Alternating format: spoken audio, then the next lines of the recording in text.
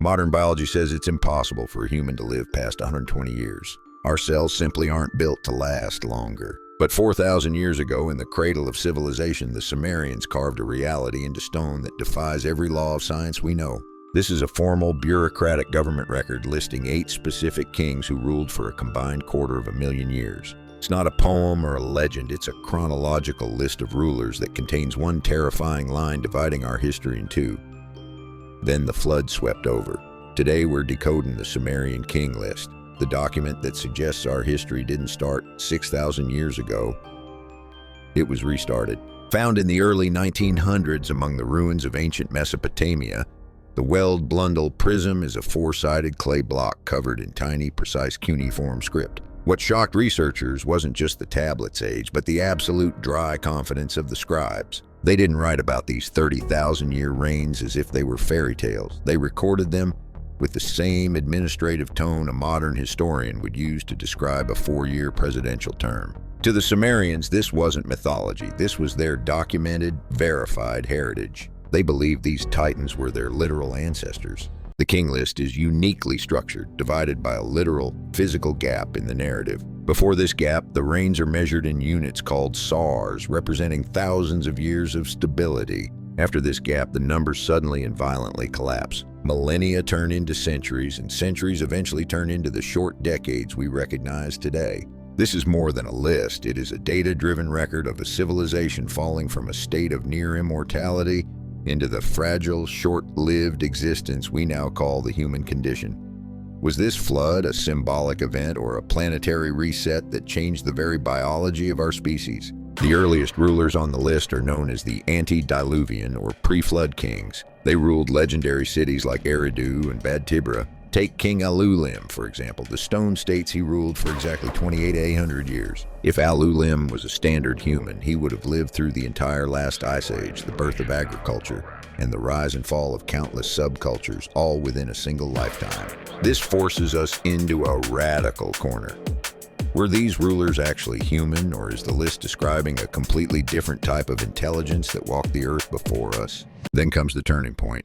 The King List states with chilling simplicity, then the flood swept over. After this line, everything changes. The seat of power shifts to new cities, and the nature of time itself seems to break. Dynasties begin to rise and fall in what we would call human-scale time. This marks a clear, hard reset in ancient memory. While many cultures have flood stories, the Sumerians are the only ones who recorded the exact mathematical decay of human life that followed the water's retreat.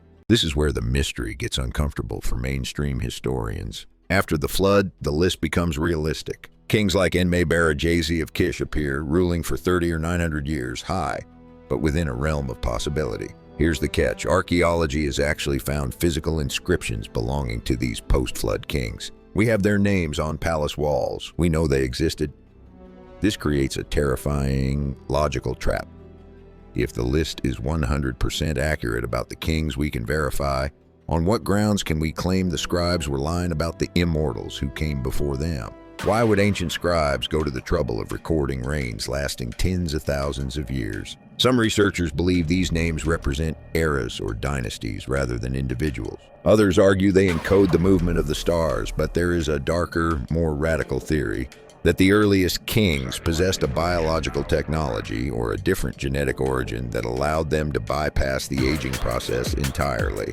If you lived for 30,000 years, you wouldn't be a king, you would be a god. We cannot ignore the Sumerian texts themselves. They are explicit. Kingship was lowered from heaven. They believed their first rulers were the Anunnaki, beings who descended to Earth to establish civilization. If the King List is actually a record of their administration, the 30,000-year periods might simply reflect a different home planet's orbital cycle. It is a theory that mainstream science refuses to touch, but it's the only one that explains why these reigns were calculated with such mathematical precision. To keep history neat, scholars argue the list is a mix of myth and political propaganda. They suggest that later kings invented ancient immortals to make their own bloodlines seem more divine. By connecting your crown to a king who ruled for 20,000 years, you become untouchable. But this propaganda defense fails to explain the math. Why use such complex astronomical numbers? If you're making up a lie, you make it simple. The King List, however, is a sophisticated mathematical puzzle that suggests a deeper truth. The reigns follow a rigid pattern based on the number 60, the base of the Sumerian numerical system. Everything from our 60-minute hour to our 360-degree circle comes from them. This suggests the numbers on the King List weren't chosen to sound impressive. They were chosen because they were calculated. Some believe these reigns encode the precession of the equinoxes, a 26,000-year wobble of the Earth's axis. If the Sumerians knew about this, they possessed scientific knowledge that wouldn't be discovered again for thousands of years. Many of the impossible cities on the list, Kish, Uruk, and Ur, have been fully excavated. We've touched their walls and seen their irrigation systems. This confirms the list is anchored in physical reality.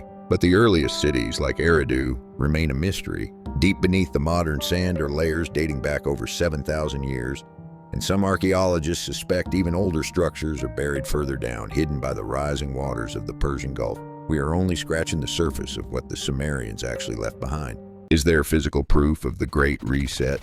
In the 1920s, archaeologists found massive, 8-foot thick layers of clean, water-laid clay in Mesopotamian city. This layer sits between two completely different eras of human development. While some call it a local river flood, the King List treats it as a global hard reset. Could this be the collective memory of the massive sea level rise at the end of the last ice age? An event that literally wiped the immortal kings and their technology off the face of the earth? Why did they write this? The King List was a record of authority, a map of deep time, and a desperate attempt to preserve a memory. It blurs the line between what we call myth and what they knew to be history. It suggests that the dawn of civilization wasn't a slow, primitive crawl out of the mud, but a sudden, dramatic fall from a much higher state of being. We are a species with amnesia, looking at a stone prism that is trying to tell us who we used to be. Until we fully decode the King List, it remains history's greatest enigma. It is a story stretching back to the dawn of time, written by a culture that insisted their first kings lived forever. Because if the post-flood kings were real, then the immortals were too. And that takes us back to the ruins of ancient Mesopotamia and the discovery of a tablet unlike anything else in human history.